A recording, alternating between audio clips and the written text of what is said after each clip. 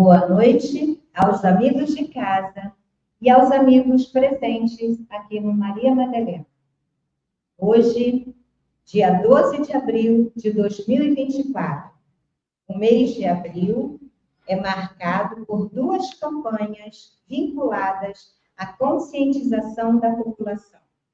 As cores utilizadas para impulsionar o debate são o verde, para falar da segurança no trabalho, e o azul, para dar visibilidade ao transtorno do espectro autista. Iniciaremos agora o estudo do Evangelho segundo o Espiritismo, capítulo 5, Bem-aventurados os aflitos, item 21, perdas de pessoas amadas, mortes prematuras. Hoje, quem está estreando aqui em nosso centro, com as suas palavras, com o seu estudo e com seu grande amor e simpatia, nosso irmão e amigo Rodrigo Bernardo. Atualmente, Rodrigo atua como trabalhador na União Espírita Carlos Chagas, nossa co-irmã. Seja bem-vindo, Rodrigo Bernardo. Mas vamos tentar. Vocês me ouvem bem? Sim. Vamos tentar. Vocês me ouvem bem? Esse vozeirão, né? Então vou deixar para o backup aqui. Se qualquer coisa, vocês reclamem comigo que a gente pega o microfone. Gente, boa noite. Boa noite vocês que estão na casa acompanhando a gente. Então, antes de começar, convido a todos a elevar o pensamento ao Pai, para que a gente possa, mais uma vez, agradecer pela nossa saúde, pelas nossas famílias, pelo nosso lar, pelo nosso trabalho profissional, pelo nosso trabalho na casa espírita e, Pai, principalmente pelas nossas vidas. Pedimos perdão também, Pai, pelos nossos erros diários, aqueles que cometemos, e mesmo com a nossa reforma íntima, que nós ainda estamos tentando, vamos continuar a cometer. Então, já pedimos perdão por isso também, Pai. Mas sabemos que nossos anjos de guarda, nossos mentores estão aos nossos lados e que possamos abrir nossos ouvidos, nossos corações para eles. Pai, muitíssimo obrigado pelo seu amor e que, acima de qualquer coisa, seja feita a sua vontade hoje e sempre. Graças a Deus. Então, para começar, agradecer a vocês que estão aqui na noite de hoje, vocês que estão aí nos seus lares, agradecer pelo convite feito pela Igara, né? Demorei para vir aqui, e, logicamente não posso esquecer de agradecer aos vários convites que o Astrogildo fez para mim, aonde você estiver, Astrogildo, muito obrigado também pelos convites. Finalmente, devido à minha agenda atribulada, eu consegui vir. Agradecer a vocês, agradecer a audiência também do plano espiritual, né? Não estamos sozinhos aqui. Agradecer aos amigos, de alguma forma, que me ajudaram na montagem desse estudo, tanto os encarnados quanto os desencarnados, os vídeos que eu vi na internet, os amigos dos livros, os autores de livros, e assim vai. E agradecer a Deus, mais uma vez, pela oportunidade do trabalho. Pois bem, no dia que a Igara me mandou o tema, isso foi mais ou menos uma semana, 15 dias atrás, abro eu meu Instagram, um vício que eu preciso melhorar, assumo, e vejo ali um story de uma amiga que trabalhou comigo já tem uns anos, realmente eu perdi o contato com ela, o nome dela é Natália. E eu estou citando o nome dela porque a história que eu vou contar está num programa de YouTube, então ela mesma contou essa história, né? E para mim, gente, eu adoro uma história. Se vocês verem minha palestra realmente é metade história, metade eu finjo que eu sei alguma coisa, né? Então, eu adoro história. E por quê? Eu adoro, porque para mim o Evangelho é a história mais bonita que existe. É a história de Jesus. Tá certo que a gente precisa estudar essa história. Então vamos estudar. Vamos conhecer a história da Natália. Natália se casou, encontrou um rapaz, se casou, e depois eram muito organizados, e com seu planejamento familiar, eles decidiram que depois de 2 anos iam ter um filho. Perfeito, tudo corria bem, a gravidez foi ótima, o parto foi excelente, ótimo. 2017 nasce uma menina linda. O tempo vai passando, crescimento normal, vem a pandemia, passa aquele tempo da pandemia, a pandemia acaba, começamos a voltar à nossa rotina frequente, a menina volta às suas aulas de natações, a filha da Natália, até que, numa dessas aulas, a menina sofre um tombo. Os pais não entendem muito bem o que aconteceu, ficaram meio surpresos com aquilo, com aquele tombo meio desengonçado, sabe? O que levou esse tombo? Vamos ao médico, vamos fazer a coisa certa. E levaram ao médico. Os médicos, com toda a sua precaução, pediram os exames. Na hora, pediram uma tomografia, pediram um raio-x, e daí veio o primeiro ponto de interrogação, foi quando a enfermeira pediu para a Natália e o marido aguardarem que o neurocirurgião iam conversar com eles, né?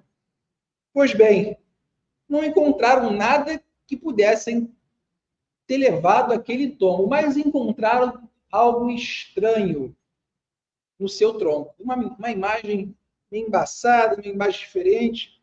E a partir dali solicitaram uma ressonância. E o resultado da ressonância foi um diagnóstico de câncer, um tumor na região do tronco não operável.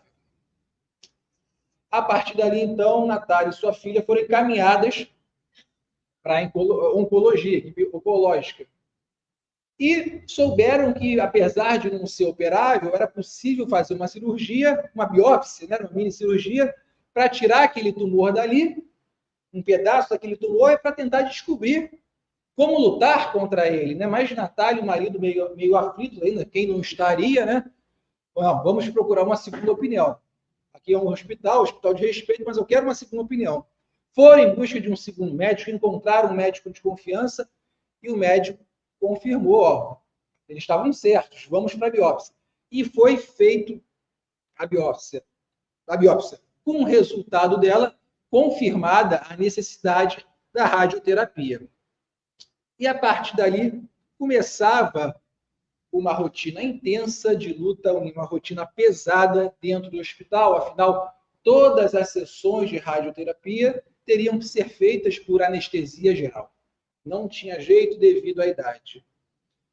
A filha de Natália era uma menina que ela contou que nunca deu trabalho nenhum, sempre alegre, sorridente. E durante as sessões ela perguntava: mamãe, vai doer? Mamãe, eu posso chorar se for necessário? E a médica falava: Natália, olha só, ela vai fazer de tudo para aguentar a sessão. Cabe a mim, cabe a você estar no lado dela e verificar o limite dela, para que a gente não ultrapasse o limite dela, porque se depender dela, ela vai cair aqui e vai desfalecer, mas ela vai lutar contra isso. Então, passou-se o tempo, passaram as primeiras sessões de radioterapia agendadas e o quadro parecia indo bem. O tumor, os sintomas, melhor dizendo, diminuíram e foi solicitada uma segunda ressonância depois de 2 meses da última sessão de radioterapia, porque, pelo que eu entendi, a radioterapia deixa um pouco o lugar meio sensível, queimado, então tem que ter um tempo para fazer essa ressonância. E foi feita. E a doutora, ao ver o resultado dessa ressonância, acho que foi através de uma ligação, falou: Natália, é o seguinte, a próxima consulta médica você vai marcar comigo e vai marcar também no espaço cuidar do hospital. Natália, obviamente, obedeceu à sugestão. Mas, ao chegar no espaço cuidar, ela verificou que o espaço cuidar era um espaço de cuidados paliativos. Eu estou aqui fingindo que leio alguma coisa, mas sem óculos. Um lugar de espaço de cuidados paliativos. Ali foi o segundo choque. Ali ela entendeu que a coisa era mais séria do que ela imaginava. Mas, como pais dedicados que são, vamos começar a pesquisar sobre esse tumor, né? Peço desculpas, realmente ela falou o nome do tumor e agora eu não lembro. Vamos começar a pesquisar, estudar, até que na consulta seguinte Ela e o marido chegaram em frente aos médicos e começaram a questionar algumas coisas. E aí, doutor, o que é isso? O que é isso? O que isso pode ser feito? Como eu vou seguir? E os médicos, com todo o cuidado possível, iam dando as respostas na medida que eles sabiam. Até que numa conversa longa de horas, já exausta, Natália perguntou uma última pergunta aos médicos. Doutora, só preciso saber de uma coisa. Minha filha vai chegar na adolescência? E a médica, olhando aos seus olhos, balançou a cabeça negativamente. Então aquela mãe, naquele momento, entendeu que a ordem da vida estava invertida. Que a filha dela ia partir primeiro do que ela. A partir dali começa uma outra luta diária para que aquela criança, no resto de vida que ela tivesse a melhor qualidade de vida possível. Que ela pudesse ser criança, que ela pudesse brincar, que ela pudesse se divertir, ir para a escola, né? E ela conseguiu ir, pelo menos durante um mês, para a escola. E no final, devido ao avanço da doença, teve que se retirar. Ela começou perdendo os movimentos, então foi necessário uma cadeira de rodas. Depois, perdeu a fala. Logo em seguida, veio a dificuldade da alimentação. Então, ela e a médica, junto com a mãe, decidiram, Natália, ela está sofrendo muito para se alimentar. É chegada a hora da alimentação via tubo. E assim foram feitos todos os cuidados possíveis para que ela tivesse a melhor qualidade de vida possível até o dia da sua passagem, que chegou. Chegou aos seus 5 anos de idade, por volta no início de 2023. O vídeo inteiro está no YouTube da apresentadora, se não me engano, Mariana Kupfer. Não sei se a pronúncia dessa dela. Ela trabalha com pessoas de luto, com mães de luto, né? E só que eu vi o vídeo no story da Natália. E nesse Instagram da Natália tinha um comentário assim, que uma amiga me perguntou se eu conseguisse explicar a ela porque Deus permite que isso aconteça a uma criança, eu acreditaria em Jesus. Eu não consegui explicar e comecei a chorar.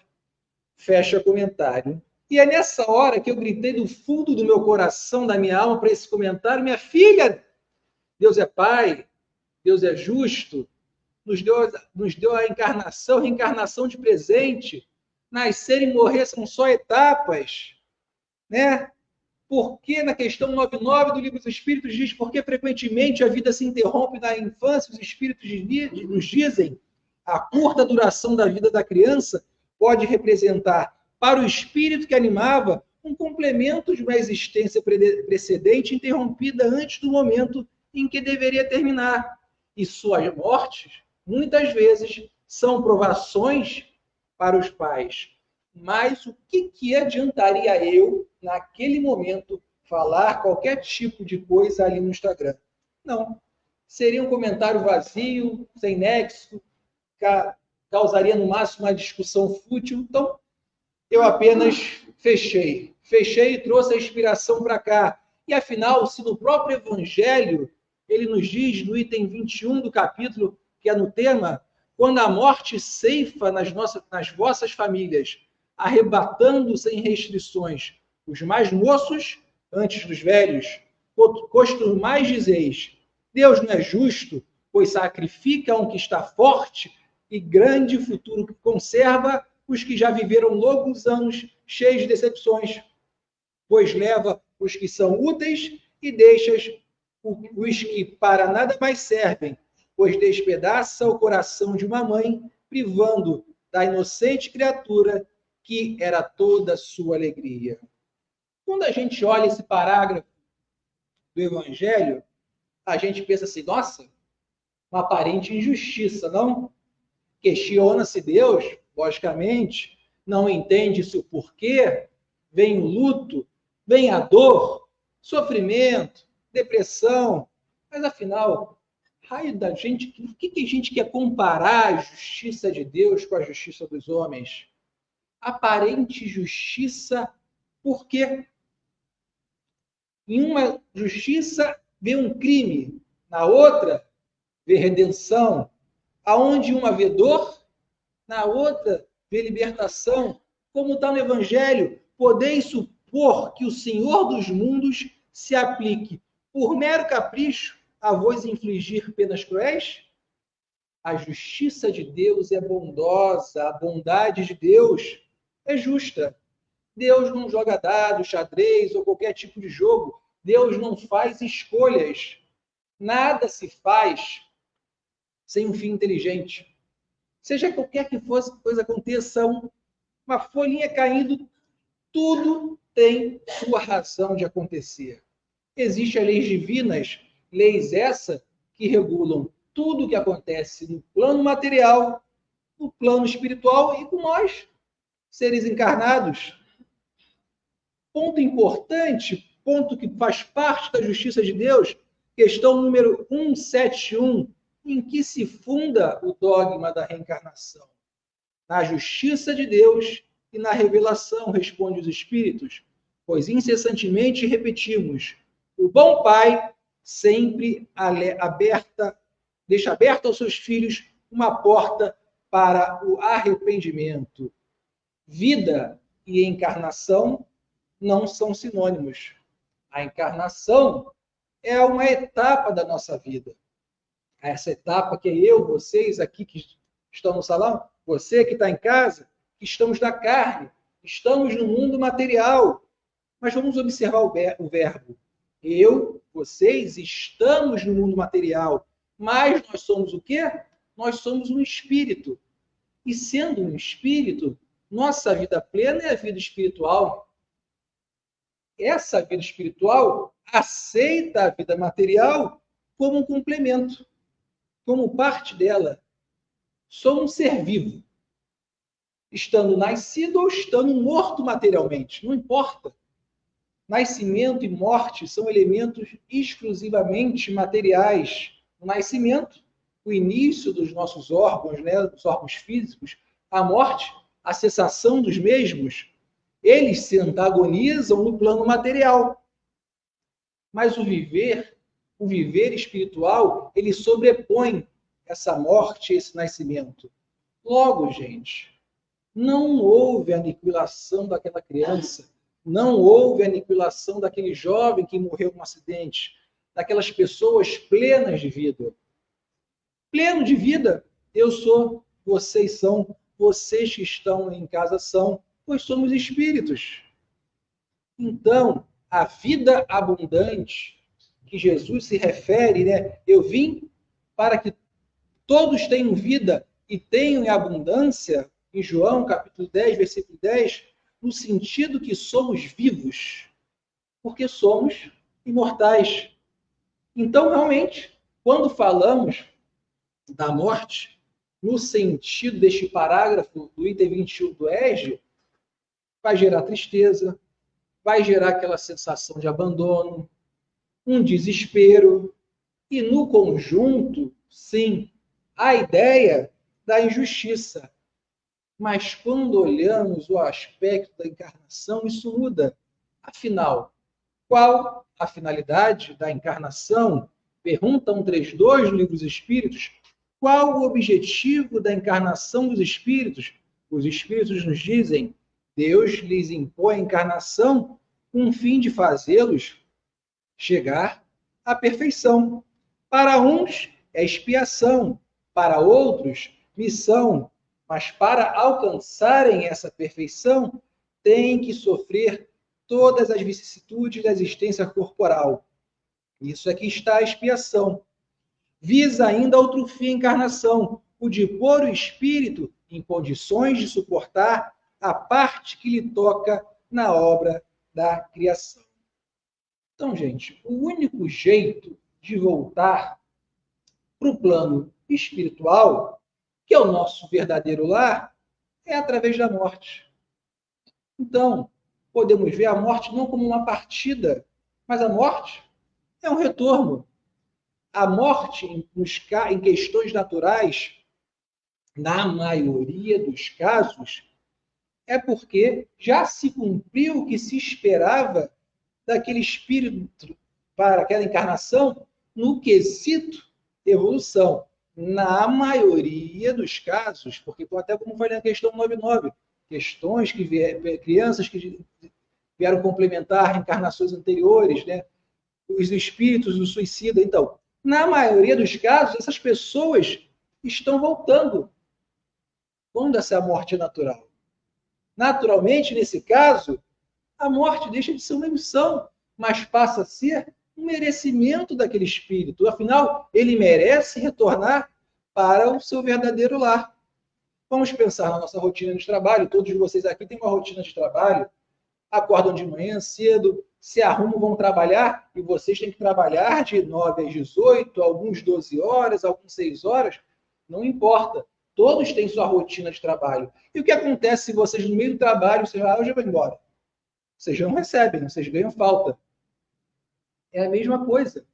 A gente, cumprindo a nossa rotina de trabalho normal, das nossas 18 horas, nós temos o merecimento de voltar ao nosso lar. E é o que acontece com esses amigos. Eles estão tendo o merecimento de voltar ao seu lar.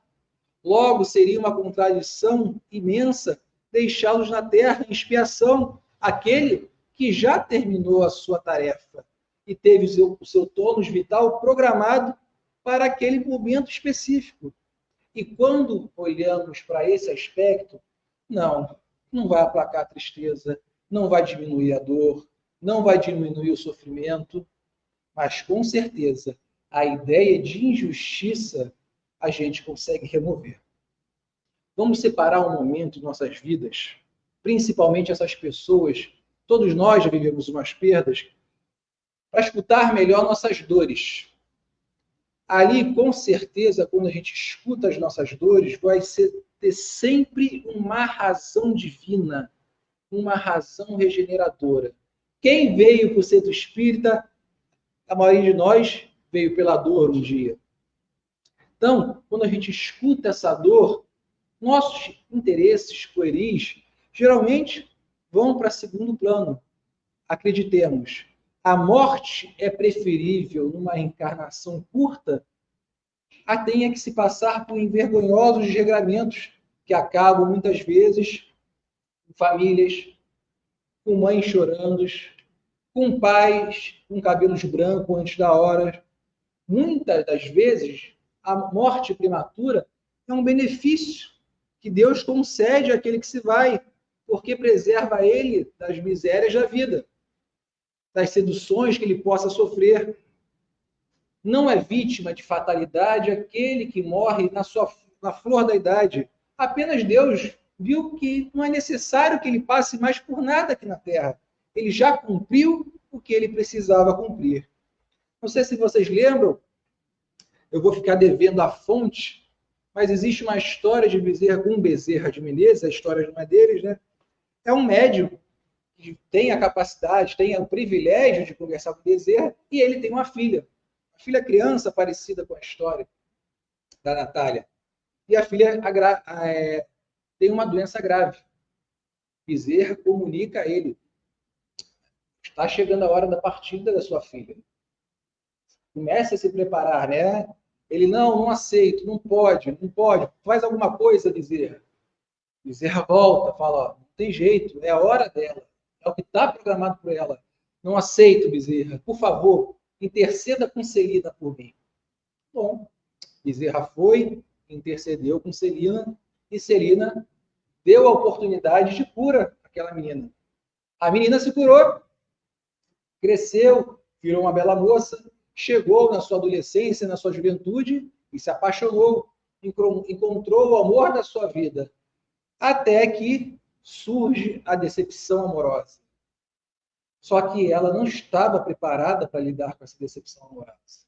E o que acontece? Ela se suicida, retira a própria vida. Como falamos anteriormente, né? Esses vergonhosos desregramentos que acontecem, que acabam com famílias respeitáveis. E o que aconteceu com ela? Ela não estava pronta para aquilo. Era o momento dela. infelizmente, o apego do pai, o egoísmo do pai foi tão grande que não supôs naquele momento que aquilo podia acontecer. Então, é difícil, mas em vez de ficarmos reclamando, fiquemos felizes. Deus retirou desse vale de misérias um de seus filhos. Seria egoísmo nosso desejar que ele ficasse aqui conosco somente para sofrer. A dor, vamos sentir, não tem como, mas a dor se concebe em todos aqueles, como a maioria de nós, que carecemos da verdadeira fé. Ter fé é muito difícil. Ainda somos espíritos muito imperfeitos. Mas sabemos que os espíritos, nós espíritos, vivemos muito melhor quando estamos fora desse corpinho aqui, desse invólucro corpóreo, né? Mães, pais, pessoas que perderam os entes queridos, maridos, esposas, eles estão perto. Deus permite que seus entes amados estejam perto, te envolvendo em pensamentos, em boas vibrações. A lembrança que vocês guardam deles é uma alegria enorme para eles, mas também suas dores desesperadas, sem sentido, os afligem, porque detonam a falta de fé e exprimem uma revolta contra Deus. Lembremos os casos dos amigos da reunião mediúnica, que tantas vezes aparecem para vir conversar com a gente, falando que estão tentando ajudar a pessoa no local, mas, na verdade, devido ao amor, o excesso de amor descontrolado que eles têm, só estão ali, talvez, aumentando o sofrimento daquele espírito na qual está tentando ajudar. Nós que compreendemos a vida espiritual, nossos corações sempre vão chamar esses entes queridos. Mas que tenhamos em nossa mente, em nossos corações, que quando formos chamarmos, quando pedimos bênção, que abençoe a eles, vocês podem ter certeza que iremos sentir dentro de nós consolações grandiosas, daquelas que secam lágrimas. E nesse momento sentiremos aquelas aspirações maravilhosas que mostrarão que Deus está ali conosco e está tentando nos mostrar um porvir bom no nosso futuro.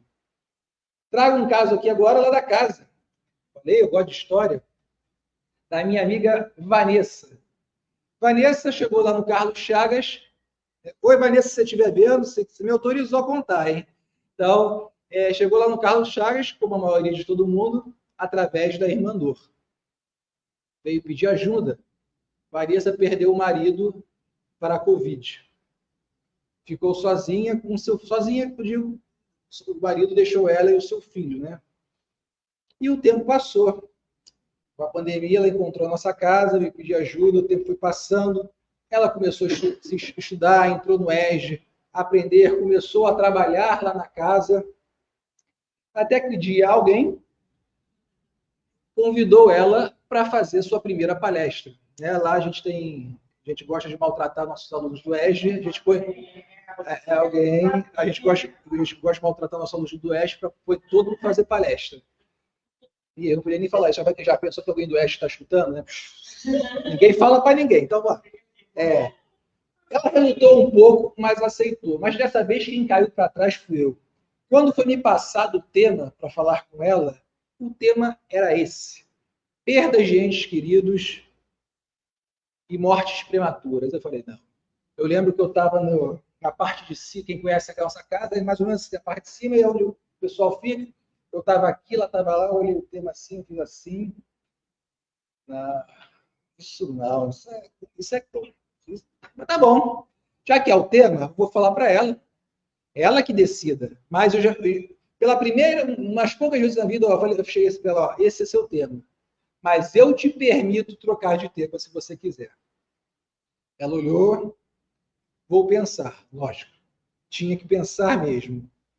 Mas o sim meio rápido.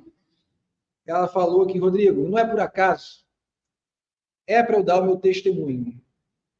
E aconteceu.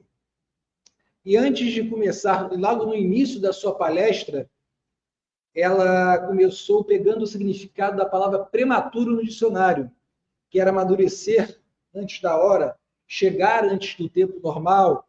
Ela também, através do Google, ela pegou o significado de morte prematura, que seria uma morte antes de 30 e 70 anos.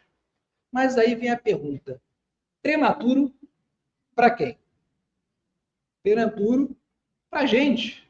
Como eu falei anteriormente, nada acontece por acaso. Nada acontece sem a permissão de Deus. Talvez prematuro porque dói, machuca, fica a saudade, porque com certeza nós tínhamos planos com aquela esposa, com aquela filha, com aquele marido, nós tínhamos sonhos. Imagina a Natália, que ela devia ter tantos sonhos pela menina, né? Levada para a festa de 15 anos, ver sua formatura, vê-la formada, casada, ver seus netos. Mas precisamos acreditar, como espíritas, que tudo tem um motivo para isso. E para finalizar, Deus me presenteou, eu estava vendo no YouTube, e quando vejo o caso da Isabel Veloso, que passou no Inteligência Artificial Limitada podcast. Isabel é uma moça beirando seus 30 anos, acho que era isso, que está com câncer terminal. Prognóstico de 4 a 5 meses de vida. E o apresentador sempre faz 3 perguntas finais para os seus entrevistados. São as mesmas. E a primeira perguntou para Isabel: Isabel, qual o momento mais difícil da sua vida?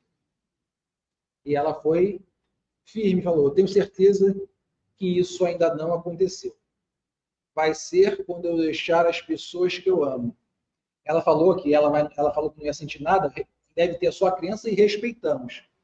Mas para ela ainda não aconteceu. A segunda pergunta foi: você tem algum questionamento da vida? A Isabel falou: não. Questionamento, não.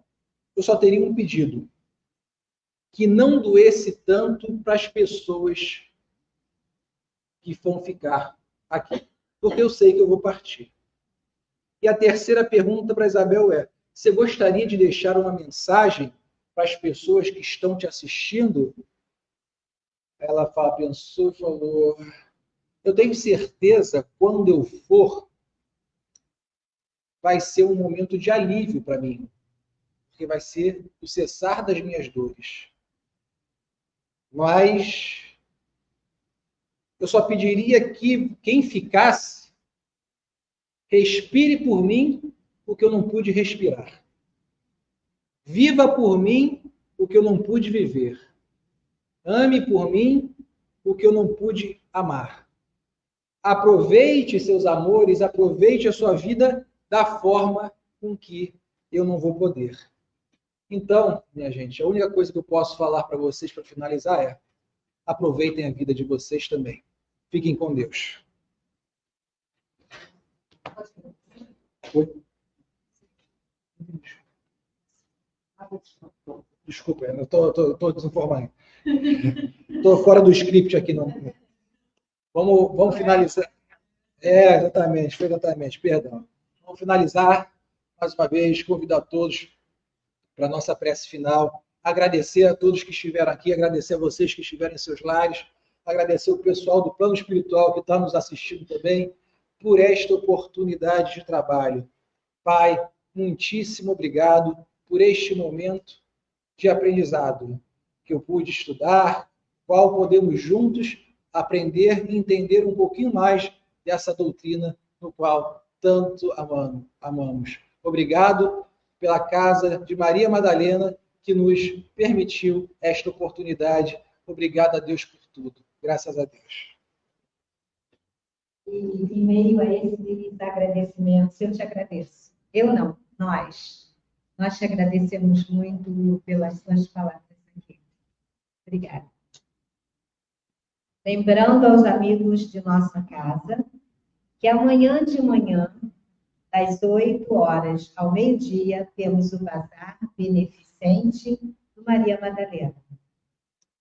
Amanhã, à tarde, temos o estudo do Livro dos Médiuns, às 14 horas.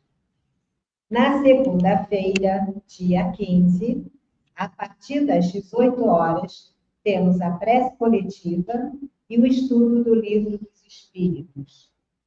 Na quarta-feira, dia 17, das 19 às 20, temos o estudo do livro A Gênese. No dia 19, próxima sexta, teremos o estudo do Evangelho, segundo o Espiritismo, com a nossa irmã Joana Dark. No dia 18, comemoramos o Dia do Livro. E a partir desta semana, inclusive hoje, nos dias de estudos, colocaremos um livro espírita em cada cadeira, que poderá ser levado para casa, ser lido e depois entregue para outra pessoa. Vamos divulgar os livros espíritas. Agora, iremos terminar a nossa transmissão. Boa noite e que Deus nos abençoe.